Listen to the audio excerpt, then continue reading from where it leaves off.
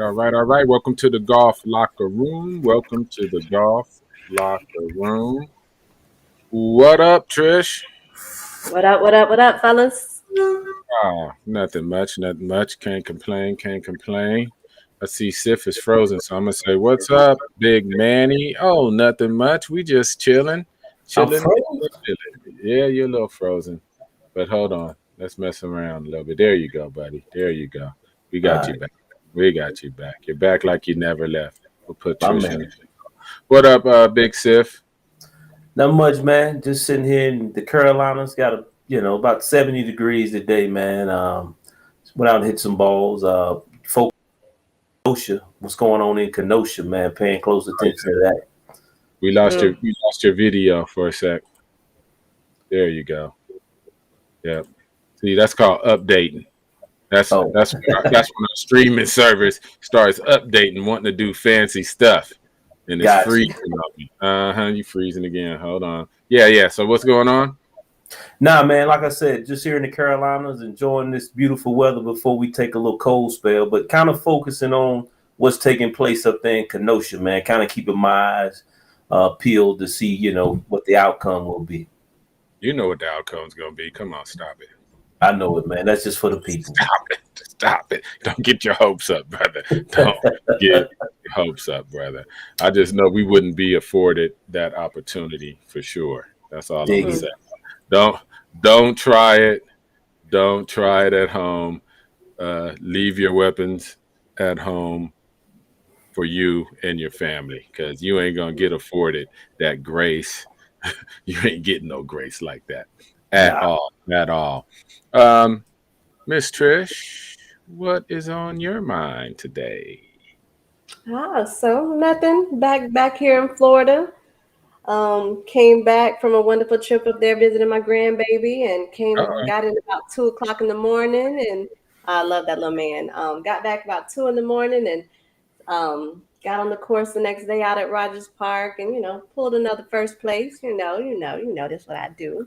Nice, Oh And nice, no. nice. Playing from the up tee. Uh, hey, I'm a hey, lady. I'm a lady. That's exactly. all I You're can say.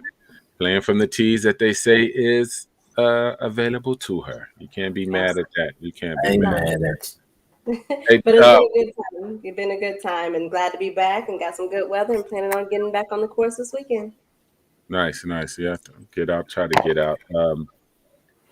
Sif, you. did Oh, you watch the Colin Kaepernick special? We 2 weeks bruh, away now. bruh. Let me tell you, man. That was so real. And I know we got guests. I'll be 1 second, but that was so real. I was telling a friend of mine. It reminded me of how I came up. But the thing was, we didn't have a term for it.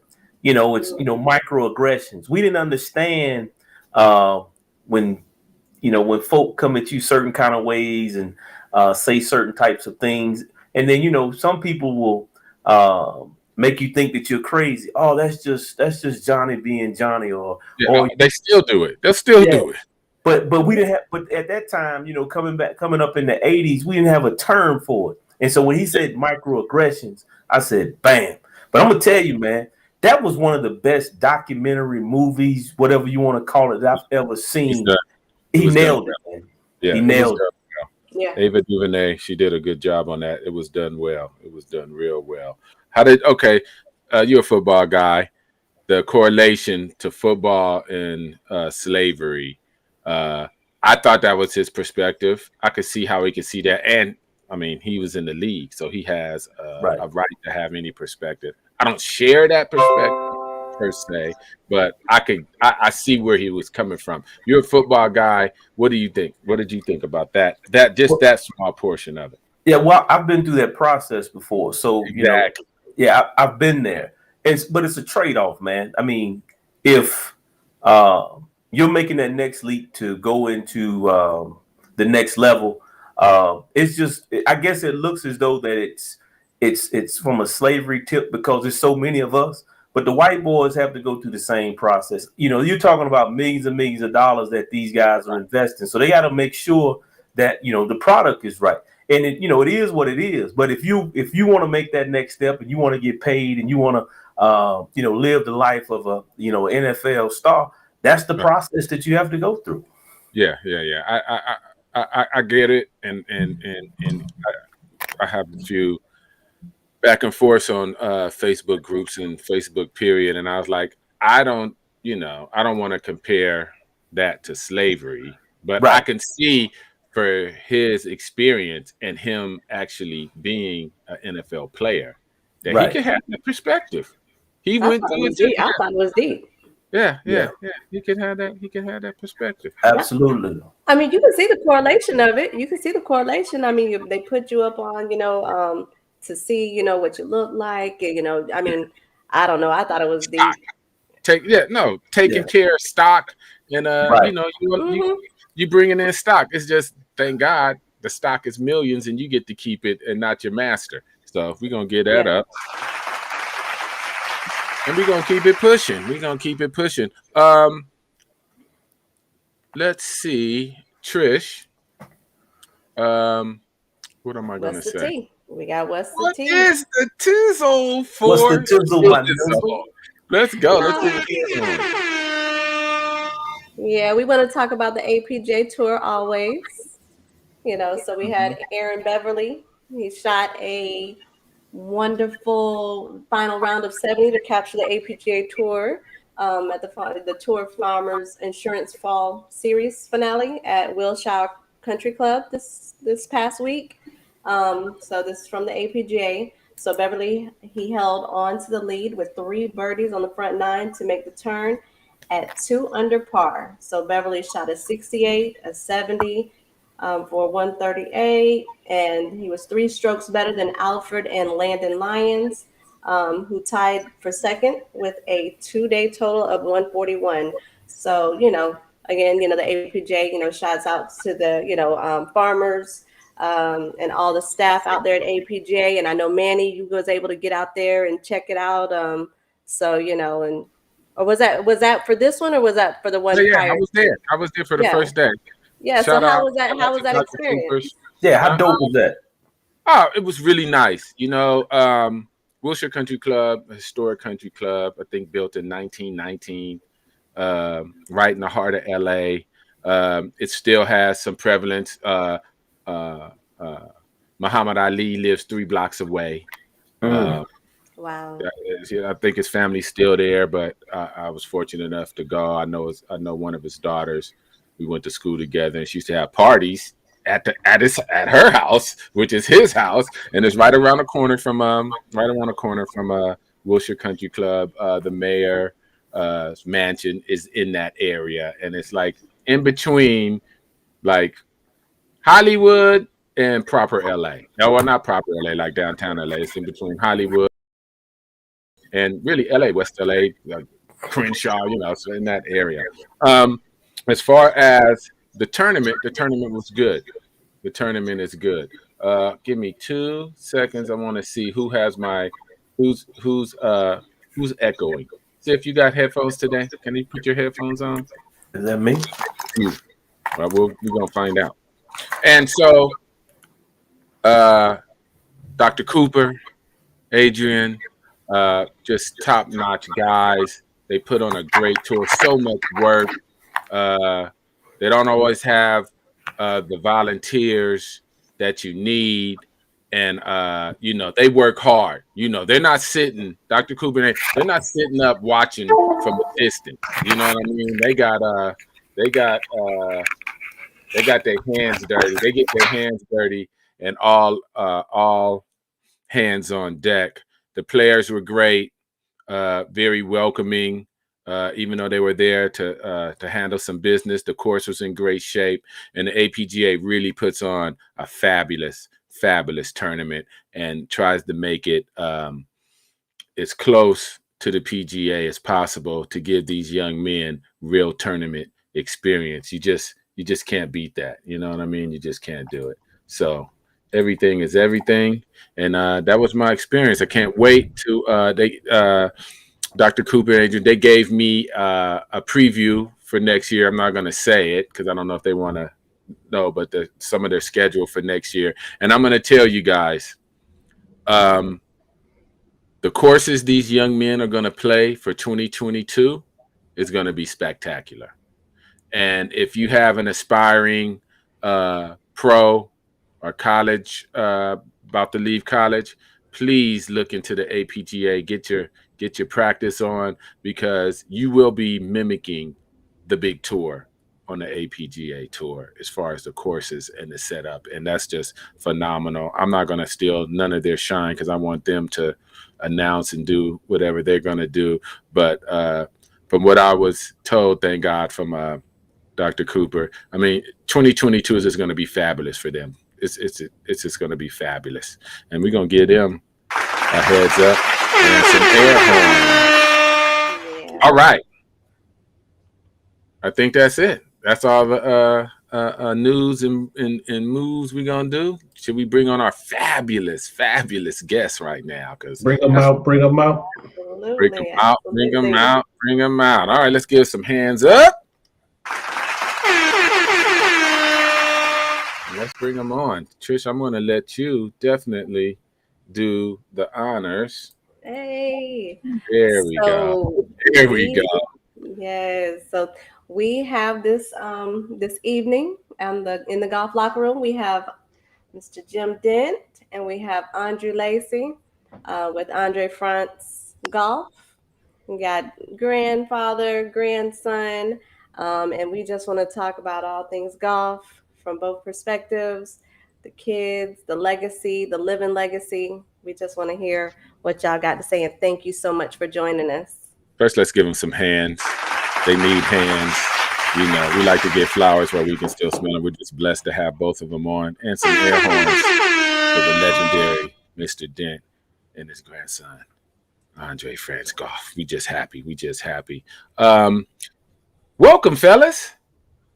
Thank you for having me. How y'all doing? Great. Nice. Usually we just, get into a few questions and not interview. We just want to do an overview of your fabulous life and what you've done and what you're doing and past experiences.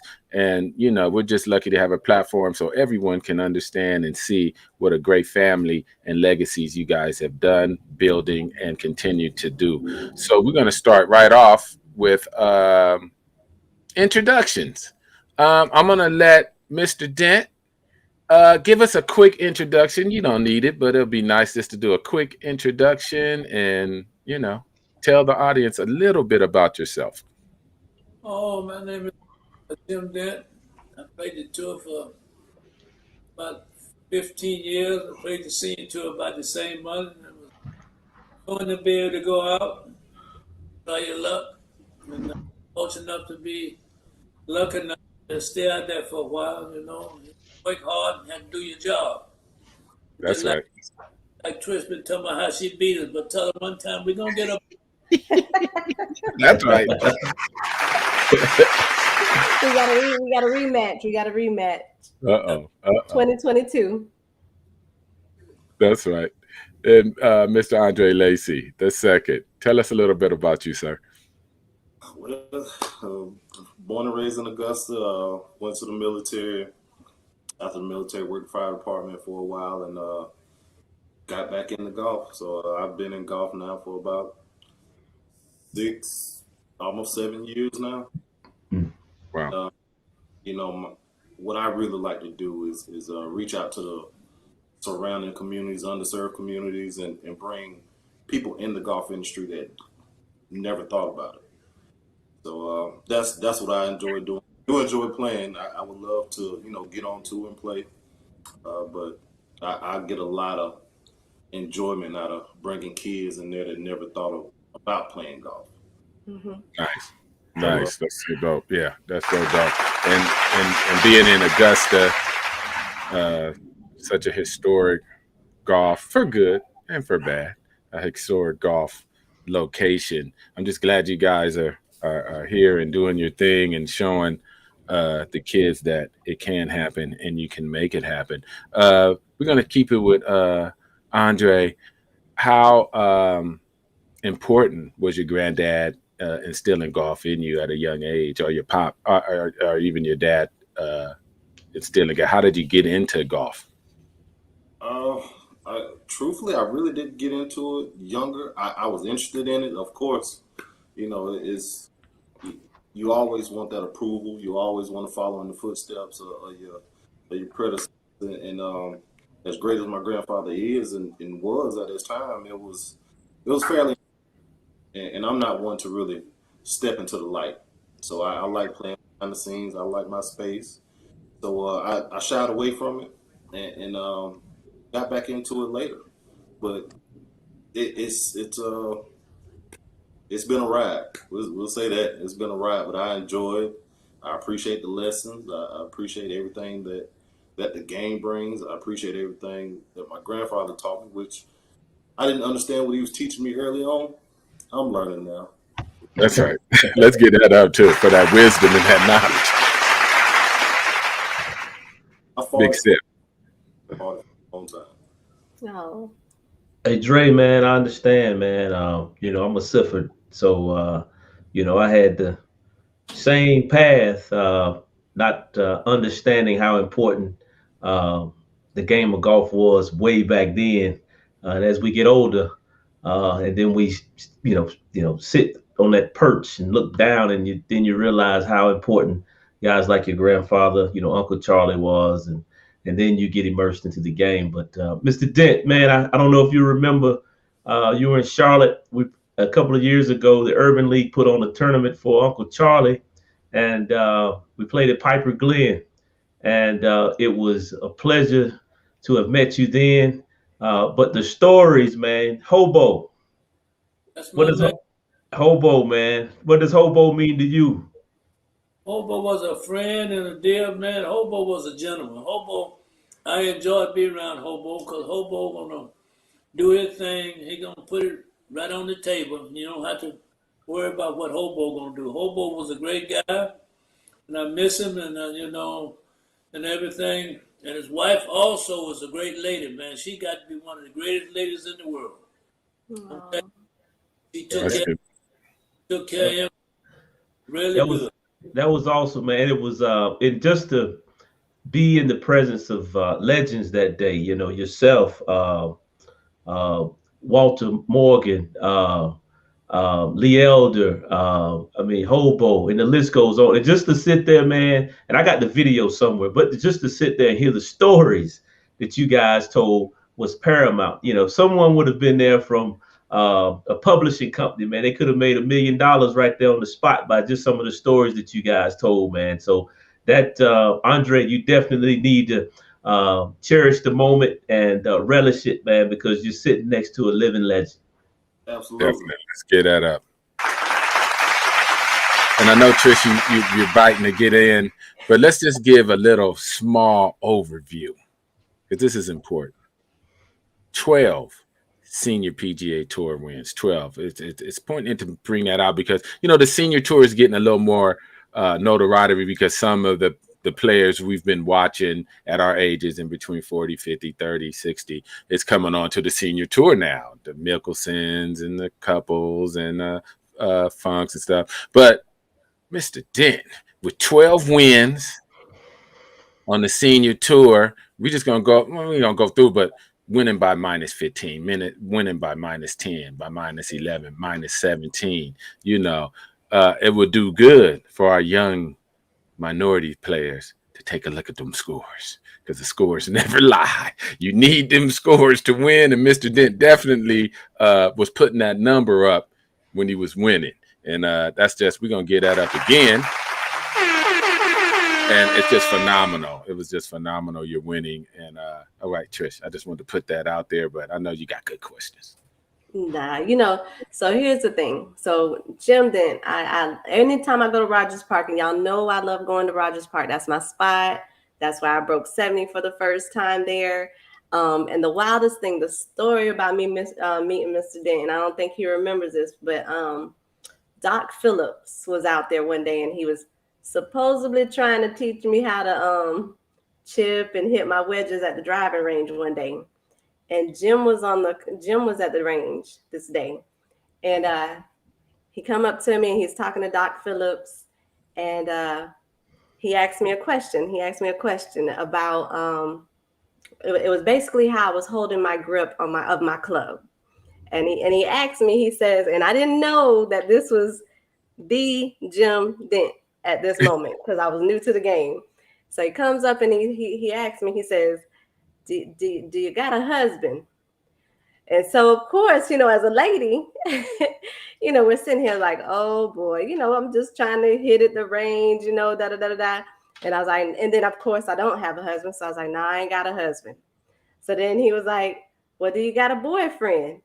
And I'm like, and of course I didn't have a boyfriend at the time. I was like, no, I ain't got a boyfriend.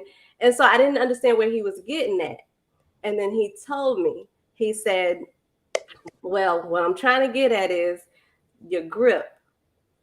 How would you hold your man or, be with your man? How would you hold it how you're holding it, as strong as you're holding? And I'm like, and I never realized that the blisters on my thumbs and the calluses on my hands was because I was choke holding the life out of my drivers and all my clubs. So from that day on, obviously I loosened my grip and realized that, you don't have to put a choke hold on it. And then, when he went away, Doc Phillips was like, you do know who that was, right? And I know all the stories about Jim Dent, everything, but I did not know that this was the Jim Dent. So that's my story of me meeting him for the very first time. And then from there on, when I go to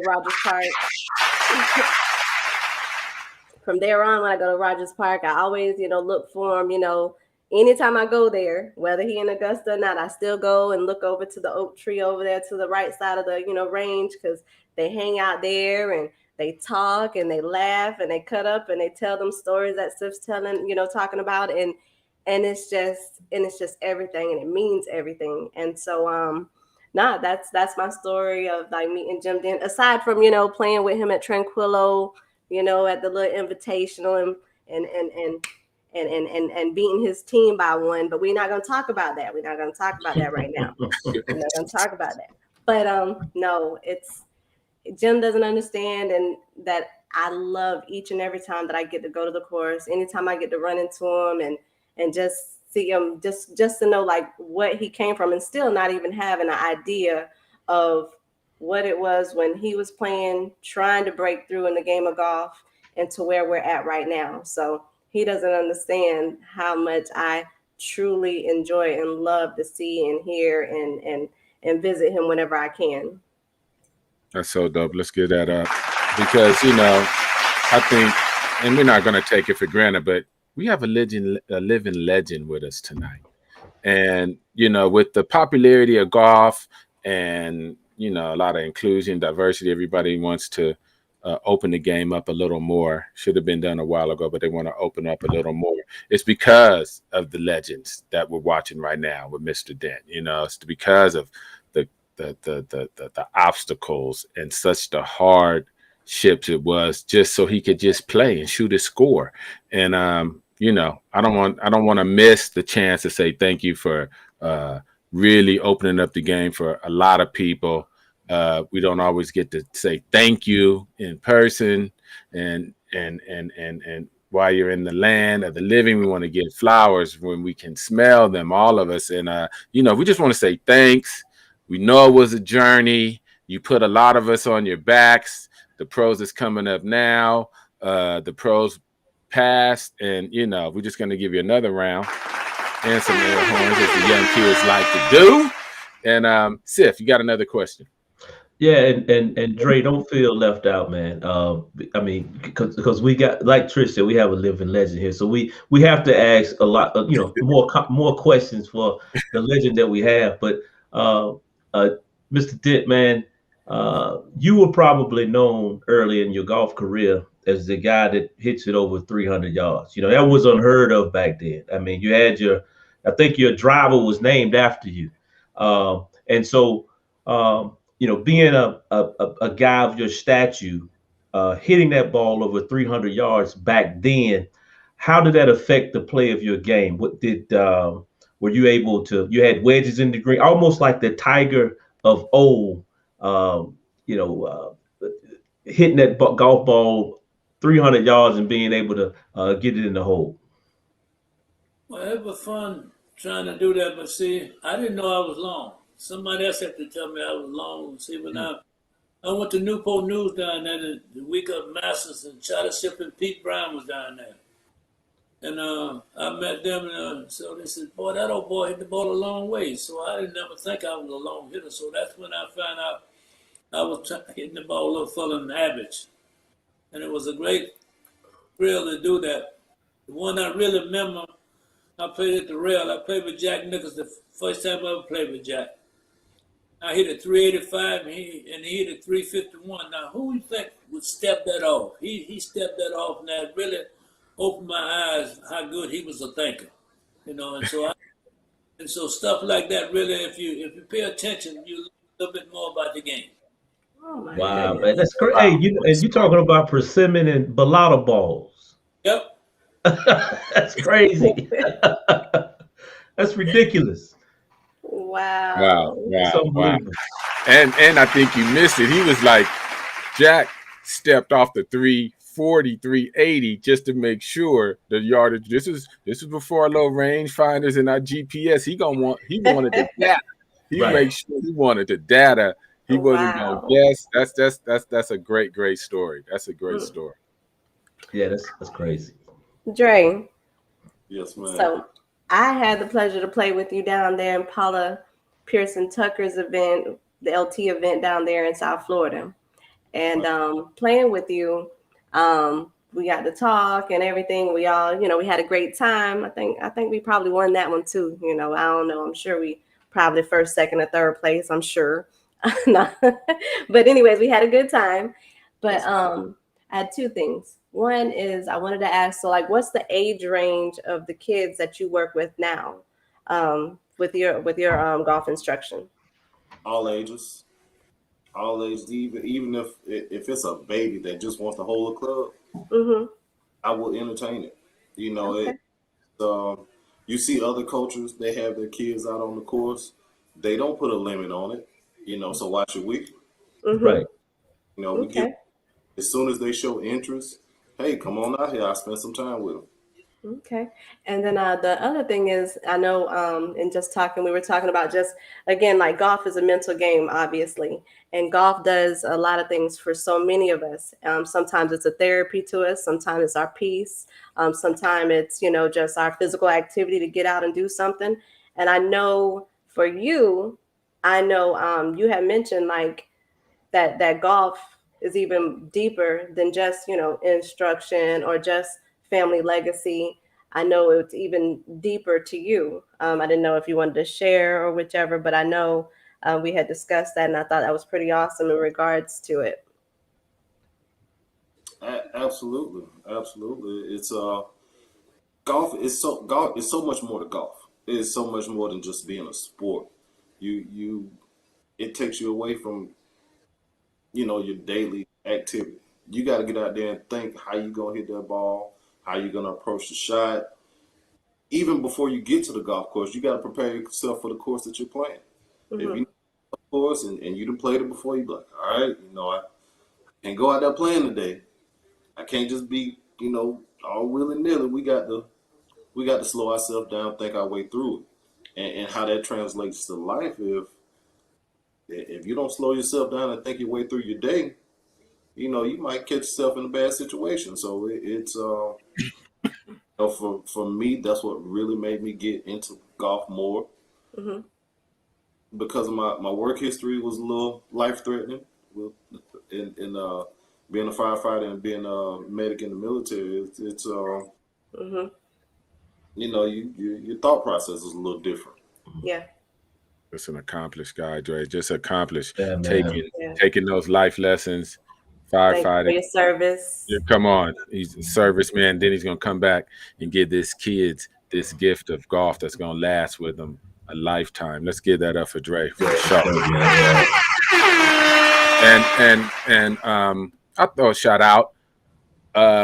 Speaking of flowers, where we can smell them, I see that Dent hat. And that is just really phenomenal and pretty dope. one of our clothers, our apparel companies, lifestyle companies, Deuce Golf, made a commemorative hat or a special edition hat just to give you flowers. I see you sporting it. It looks dope. It looks nice. We're just gonna give a shout out for that because again, we want to uphold our legends. We want to give them flowers. We want to, and that goes for everybody watching. Let's give them some flowers. Let's make sure they're known even to our youngins and before and after. I And agree. I just thought that was just really, really, really nice that, if you can't hear a podcast or you can't Google, you can see some apparel that looks dope and ask, hey, what does that Dent stand for? And then you can go into that legendary story and spread the genius, spread his history, and spread his legacy. So we're going to get that up again. Big step. Hey, the thing is, we've got the grandfather, grandson, and so the method. I would think that the methodology would be a little bit different. Being Mr. Dent coming up during a time, and I can relate due to my Uncle Charlie, self-taught, probably self-taught. Didn't have golf instructions from a professional because at that time you had to get it the best way you could versus with Dre's generation. Dre's an instructor, so he has kids out. He instructs them how to go about, swinging the golf club. Mr. Dent and Dre, let me go with Mr. Dent first. Do you think by being self-taught, getting it out of the mud made you what you are today? But do you also think if you had a teaching professional as Dre's generation has, would have made you much better than you are today? Because you learn the hard way, really enjoy that way at the time. Today they have all the great teachers and everything, and we had to work hard, and everything you get was good. What it was, and so we didn't have the teaching that they got today. But I learned when I was caddying, I learned to get the best golfer to caddy for. The best golfer didn't pay a lot of money, but I learned from the best golfers. Looking at and I had one guy, the master Bob Gober. He taught me one thing. He said, "Son, you got to be mean on the golf course, not to yourself, not to no one else, but to the golf course."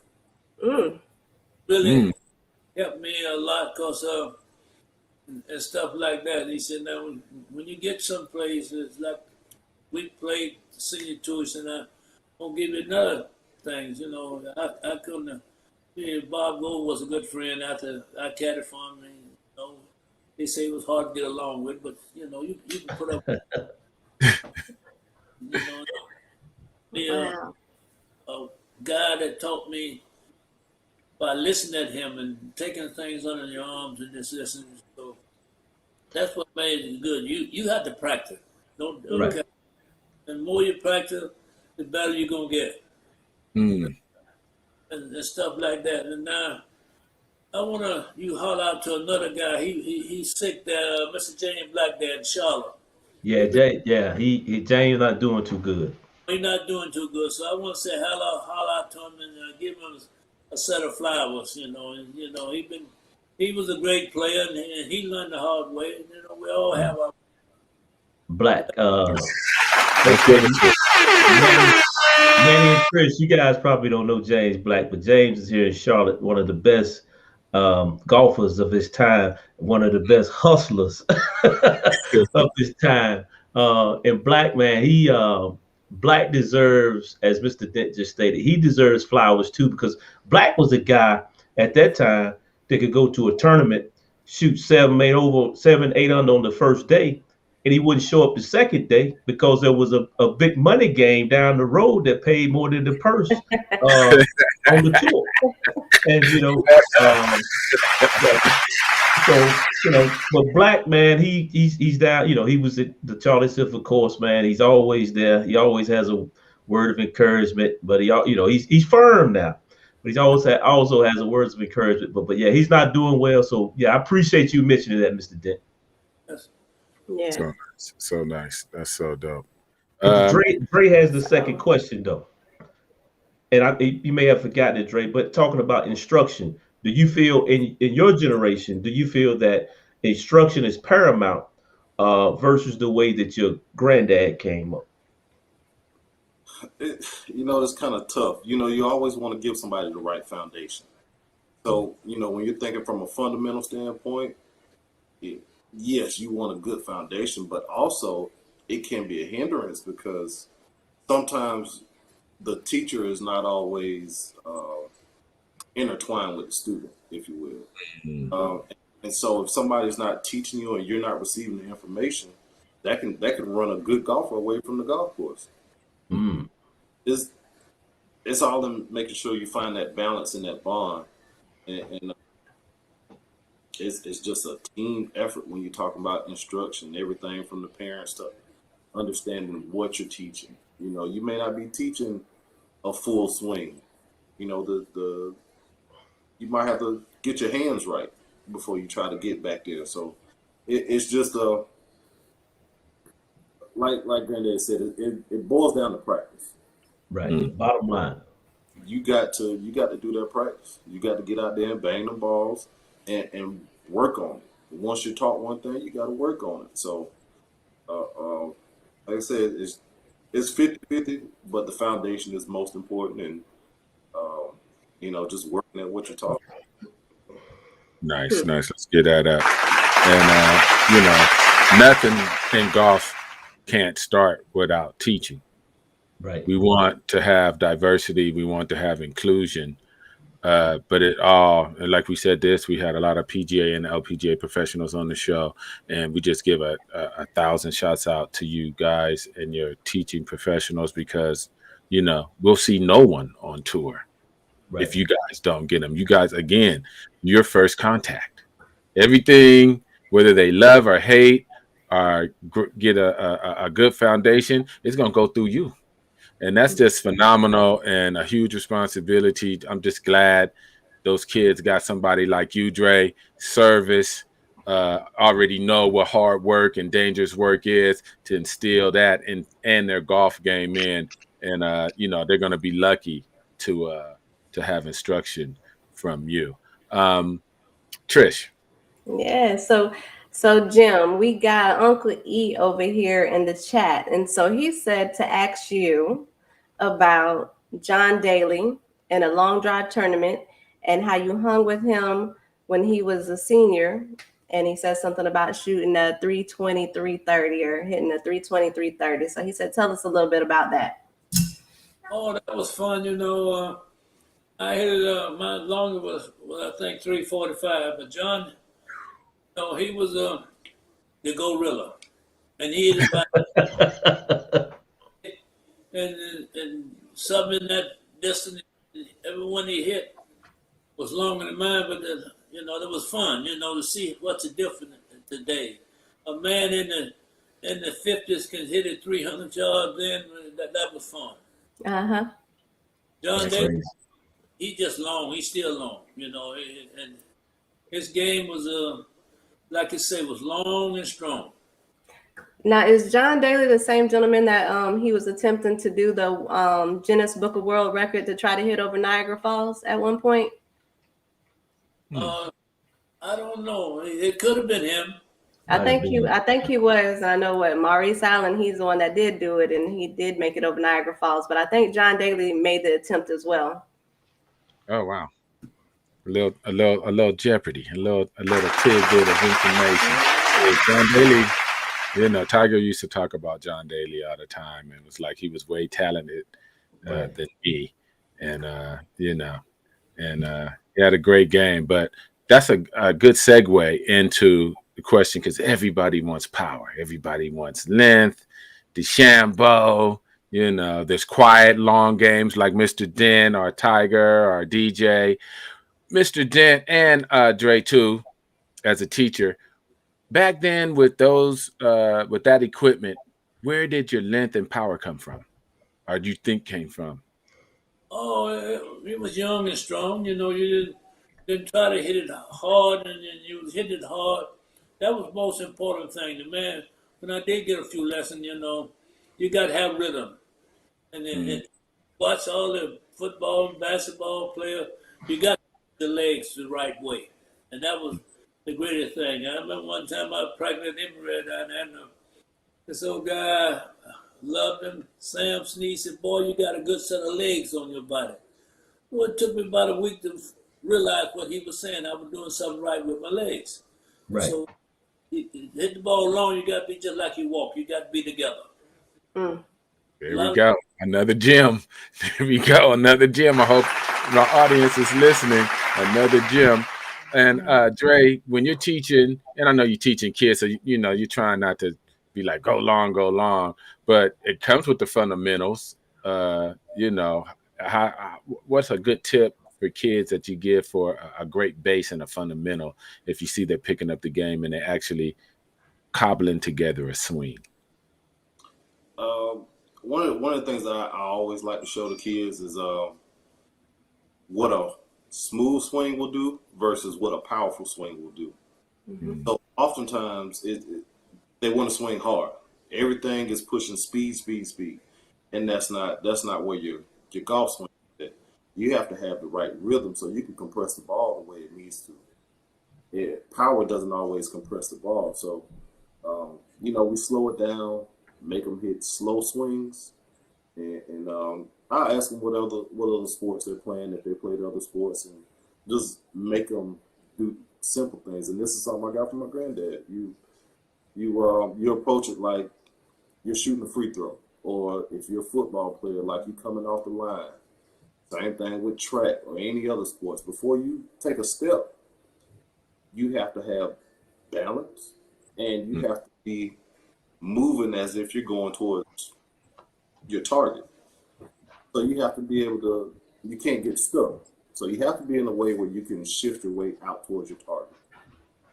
So we make them stand on one leg, whatever, anything to make them get the feeling of the balance and transfer your power without overswinging. Nice. Let's get that up. Yeah. Okay, we have a question for Mr. Robert Price. He's a regular on our show. He gives us that mental game. You know, as far as the physical instruction, we found out important that mental instruction is very important too. And he just complimented Mr. Dent on that gym he gave us. Mental game gym dropped by Mr. Dent. Be mean out there.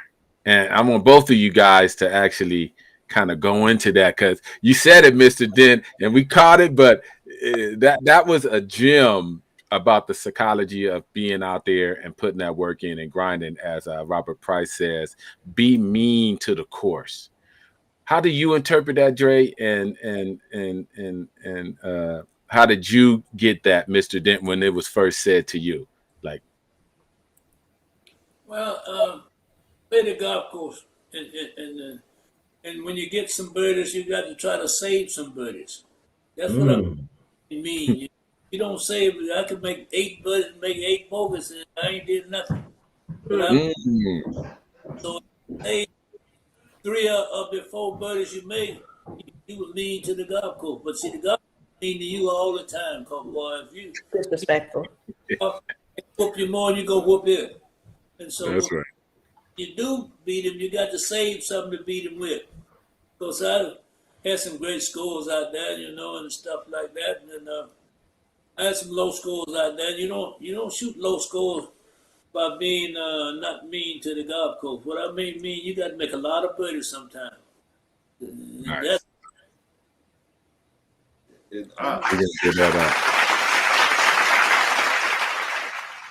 So, go ahead.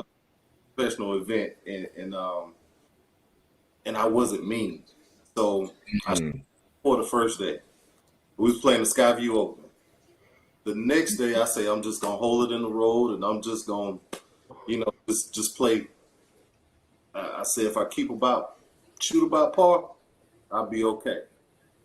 Play the first hole, par, second hole, get a birdie, next hole, par.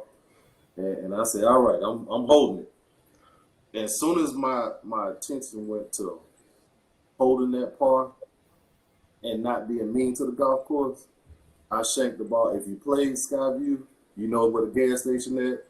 I shanked the ball into the gas station. And like I'm pumping gas. Damn. I finished the front nine over. All right, well, I gotta fight it.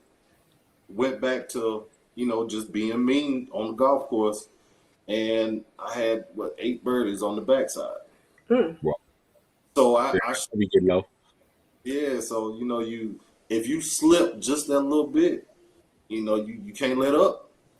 That's true, man. But you can't let up off the gas. Nice. Them is gems. We're gonna get that up and some air horns, because that's a great way to look at that and be mean. Be mean. I like it. We got one question from Uncle E. Did Callaway show Dent any love with his own special edition signature driver? Did he get any royalty money? We're not gonna go that deep into the business, but we see that you was sponsored by Callaway back then. Yeah, because we put out the Jim Dent driver. The man told me, said, "Look, I didn't pay you money this year." He said, "We're gonna have a drive. We're gonna put 1,500 of them out." He said, Wow. "I'm gonna get 65%. I'm gonna give you 35%." So that was a really good deal to me. And he did nice. a great, took care of me real good. Shout out to Callaway then for doing good business. Let's get that up. We've been hearing great things about that company from several different people, and we got to give. We're gonna give shouts out to companies that do the right thing for our people. We have Deuce that did something good with the Dent hat and the special edition, Callaway. And these are not sponsors of our show. We're not affiliated with any of these companies, but we give shouts out to companies that do good for the game and for our people. Shout out to Callaway one more time. Let's start off life. All right. So I kind of got like a statement and then a question. So I kind of gather from you, Jim Dent, back in the day when y'all used to, play in the tours, and it was a UGA tour at the time, or what they would, try to call the Chitlin Tour. I don't know, and I could be wrong, but when y'all were out there playing and y'all were out there trying to play wherever y'all could get out and play and however y'all could get out and play. And so did that make y'all grind even harder? Did that take effect in how good you became in golf because of that? And then with that being said, how was it, or if you could give us a tidbit of how was it when y'all did tour and go to the different, Clevelands and here and there to tour? Was it fun? How was that experience? That was great. Cleveland was probably what you call the master of the U.S. Open. What Cleveland was, because that was the biggest price. I think that like $1,500 for the winner, $2,000 or $3,000 back then. But that tournament, so we cherished that tournament and everything. That was my favorite tournament. And so then the other tournament was good because that's the only time we had to play, like Macon, Asheville, and Winston-Salem, and a couple of tournaments like that. And that was the big tournament. And so we get to play a lot of golf courses, but the golf course was, in the place we could play, we enjoyed playing. That was Why would you say there was more of us out there on the tour playing in your time, in your heyday, than what we have right now? Why do you think that is? Well, it's more people just like the UGA. They got 18 tournaments next year. And so that's a great thing, We didn't have 18 tournaments in 5 years, look like. But see, when we got ready to play, we want to play and we want to work. See, when I went to Atlantic City for 5 or 6 years, Augusta Country Club, I was a member there, and I won the club championship back to back out there, and so that was kind of put my head up in the air that I could beat somebody. Yes, sir. And so, you know, when you get bigger, you got to get brought down. When I went so went to school, I think 4 times before I made the PGA school. Mm-hmm. And that really makes you work harder when you keep missing and you know you can play in your nerves. When you get that experience, that's what it's all about. Okay.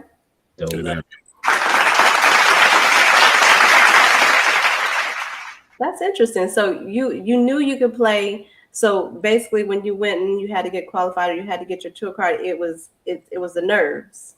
Yes, ma'am. And I might have played the best golf I ever played in my life when I went to Tucson, Arizona for the school for the final. Mm-hmm. I never was over par, no time to round, no round, and I shot 3 on the par there. It took even par to get in. And, man, that was solid. You know what I mean? I didn't be low. I just wanted to just get my card because to play. Mm-hmm. I know one kid. He should have got his card, but he didn't get it. I'm not gonna call his name. I don't want people to think I'm bashing him, nothing, But he didn't get his card, and he played real good. He on the tour with the UGA now, but he just made a couple mistakes and it cost him. When you make those mistakes, you can't go back and get them. Definitely. Now, and then how does it feel? Because I know, like, so Joseph plays. I know you have a granddaughter that plays at Prairie View. How does it feel to have the grands and all that, playing? Is it grands or great grands? Well, I know Joseph is son? Yeah. And then we have we have James' daughter at Prairie View. Yeah. How's she enjoying it? She really enjoying it. She having fun. And the other thing, as long as they're having fun, that's great. And she's a great student. That's what makes it great, man. She's an A student down there and playing golf, man. That's great. She loves it down there. That's beautiful. Let's get that up.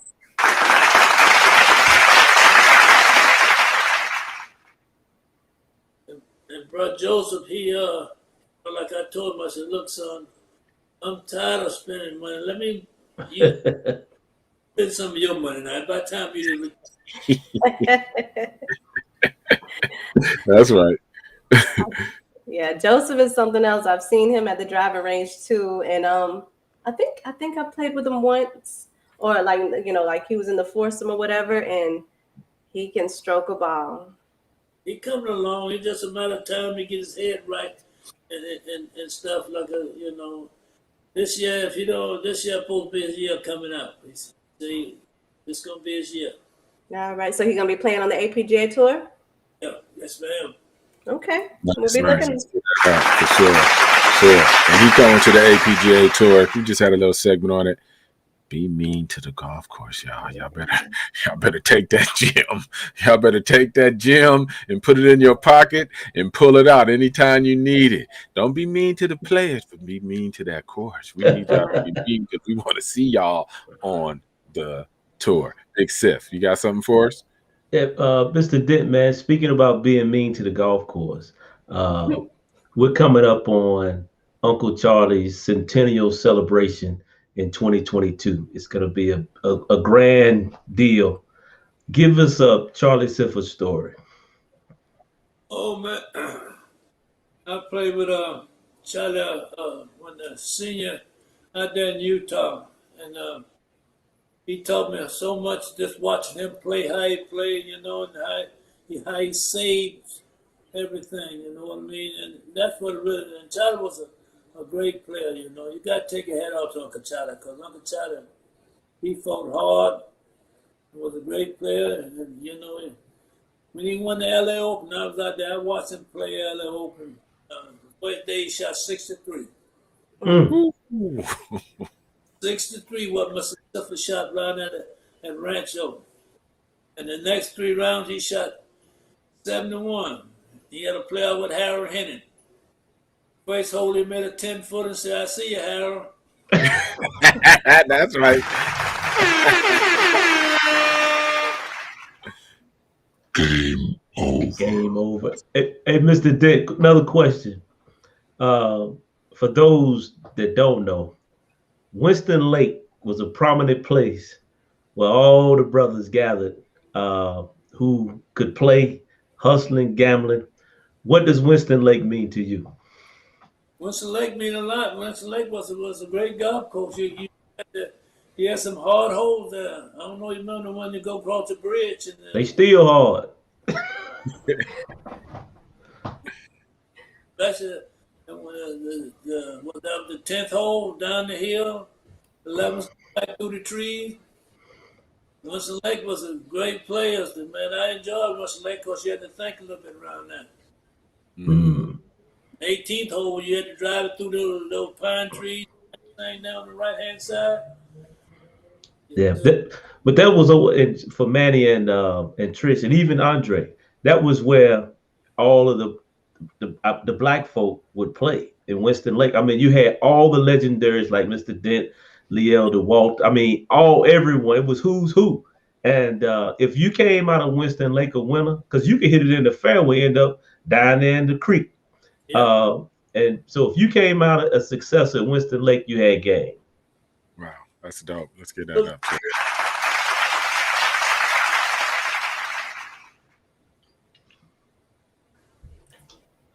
Very nice. Trish? Yeah.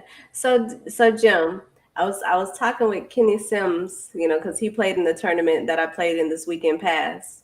And he was just telling me how, again, talking about Rogers Park, he was telling me how Rogers Park, once upon a time, was where all the black players always came back to Rogers Park. And so, until like right now, I guess the golfers that are playing right now, this is just the time where they haven't been coming back to Rogers Park. And so I'm just wondering, like, what can we do to change that? I mean, because that's what they did before. And Rogers Park is an amazing, amazing course and very competitive, and a fun course to play. What can we do to change that and bring us back to Rogers? Well, like they had a look to me that scramble there and stuff like that, and when the first UGA come down, a lot of the players come back there. They had senior players, when they first started, they had senior players too. Mm-hmm. And all the seniors who come back and played there, UGA just had one senior event, a senior, super senior, and senior event at Rogers Park.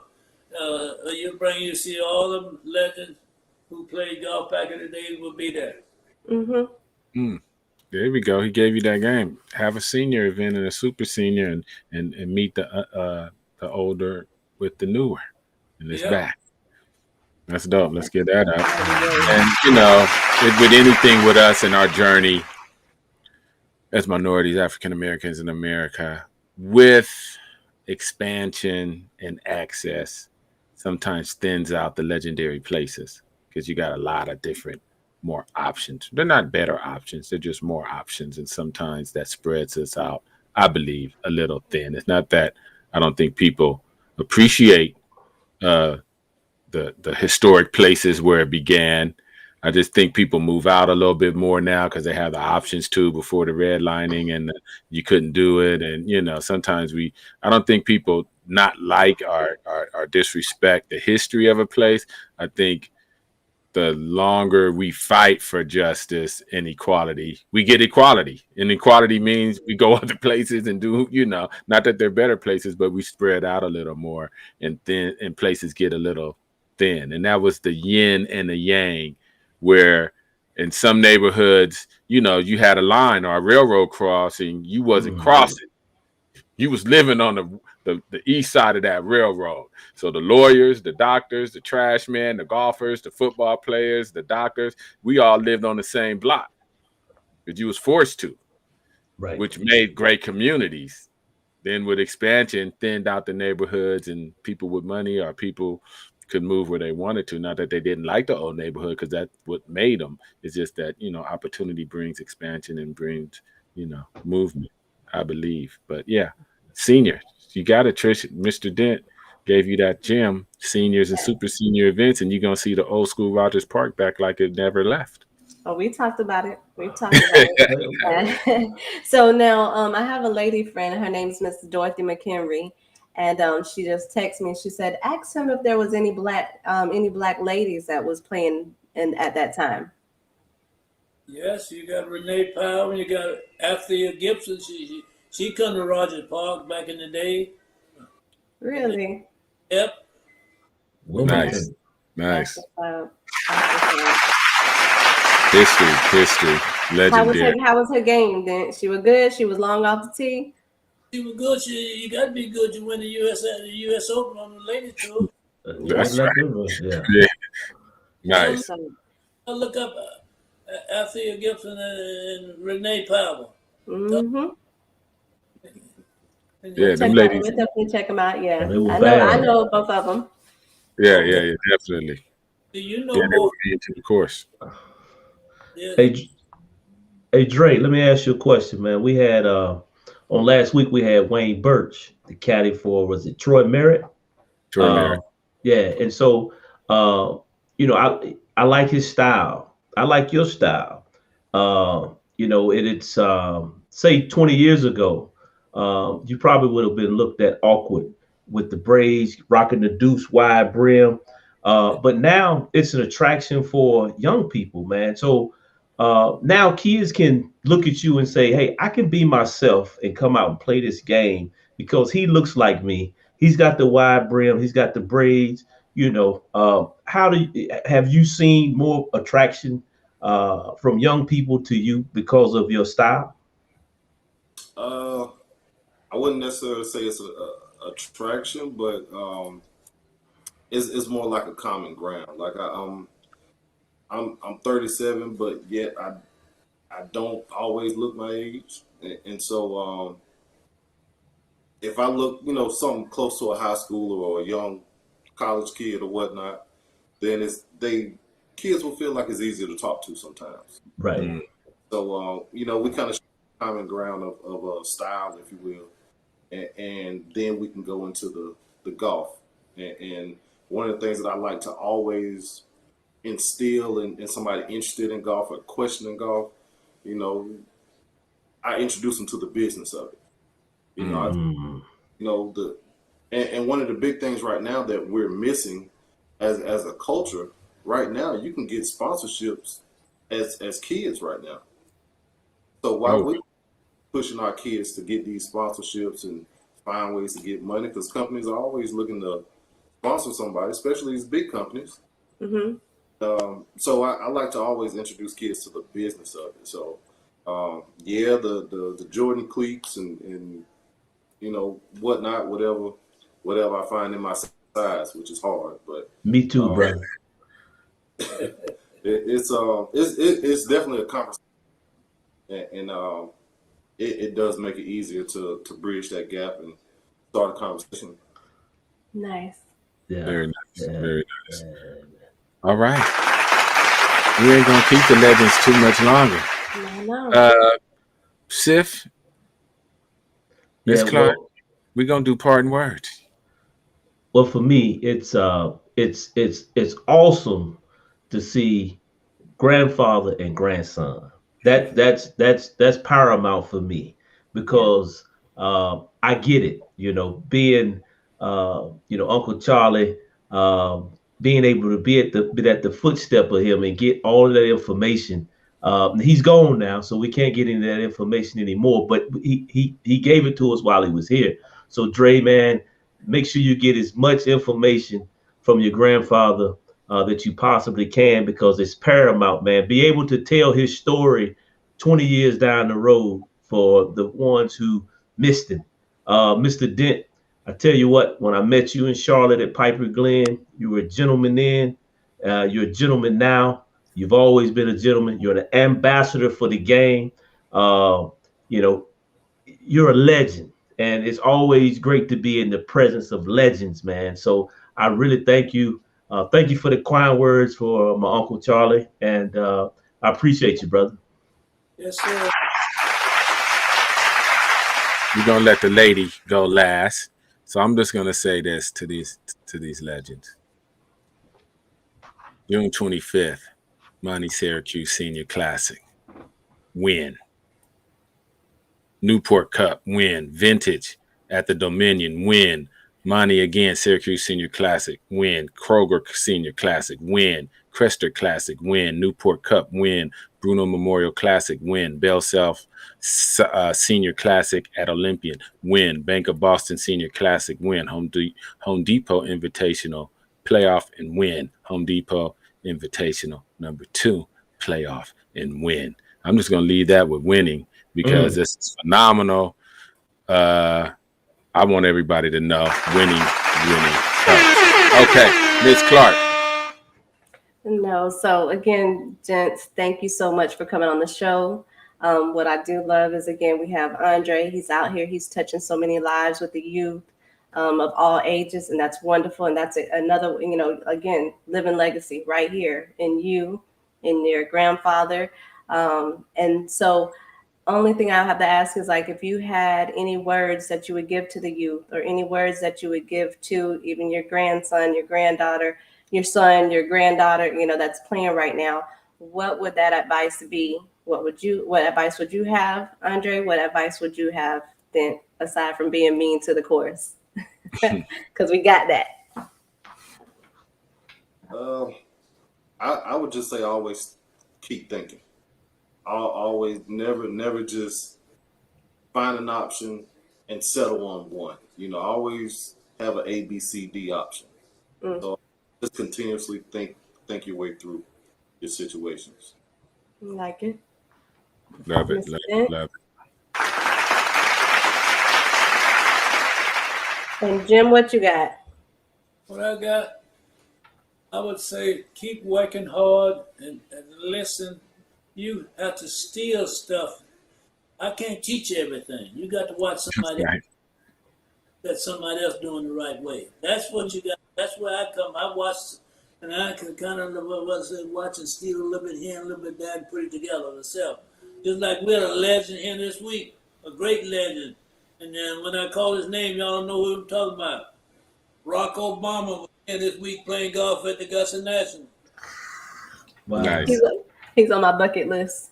Oh, yes. So you got to keep on pushing. You look at him and say, "Look, man, look, we had a president. Yeah. Now we have a vice president. Yeah. And nothing too hard for you to break in." Yeah. That's dope, man. That's dope. That's words of wisdom. You gotta steal stuff and put it in your armory. Man, I love it. Hey, I hope my student is listening right now to what he just said. You gotta steal stuff, student. I know you're watching. Steal stuff.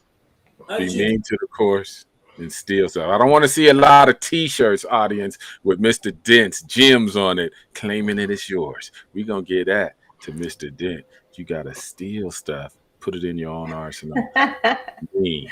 Be mean to the course, not to the players.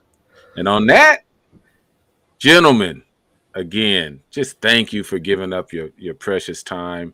We know we get into the holidays. We know you guys are busy and with your day-to-day stuff. And, we're just thankful that you get to share with our audience. We love being able to put you guys, both of you guys, on a pedestal because, you're rare air. And we're just going to give up. Give some air horns. And with that, we out. Jim Dent, Andre, you guys, y'all on IG, Facebook, please follow our gentlemen. You want more gems? You want to see their daily lives? Follow them. Come out to Rogers Park. We know come out to Rogers Park and come see Jim over there under the oak tree. That's right. Remember All right. Look here, y'all. I owe Jim a whole lot. He showed me some chipping and he showed me some wedge work. You and I've been in trouble ever since. No, Sif, no, don't go there. And with that, we are out. Real quick,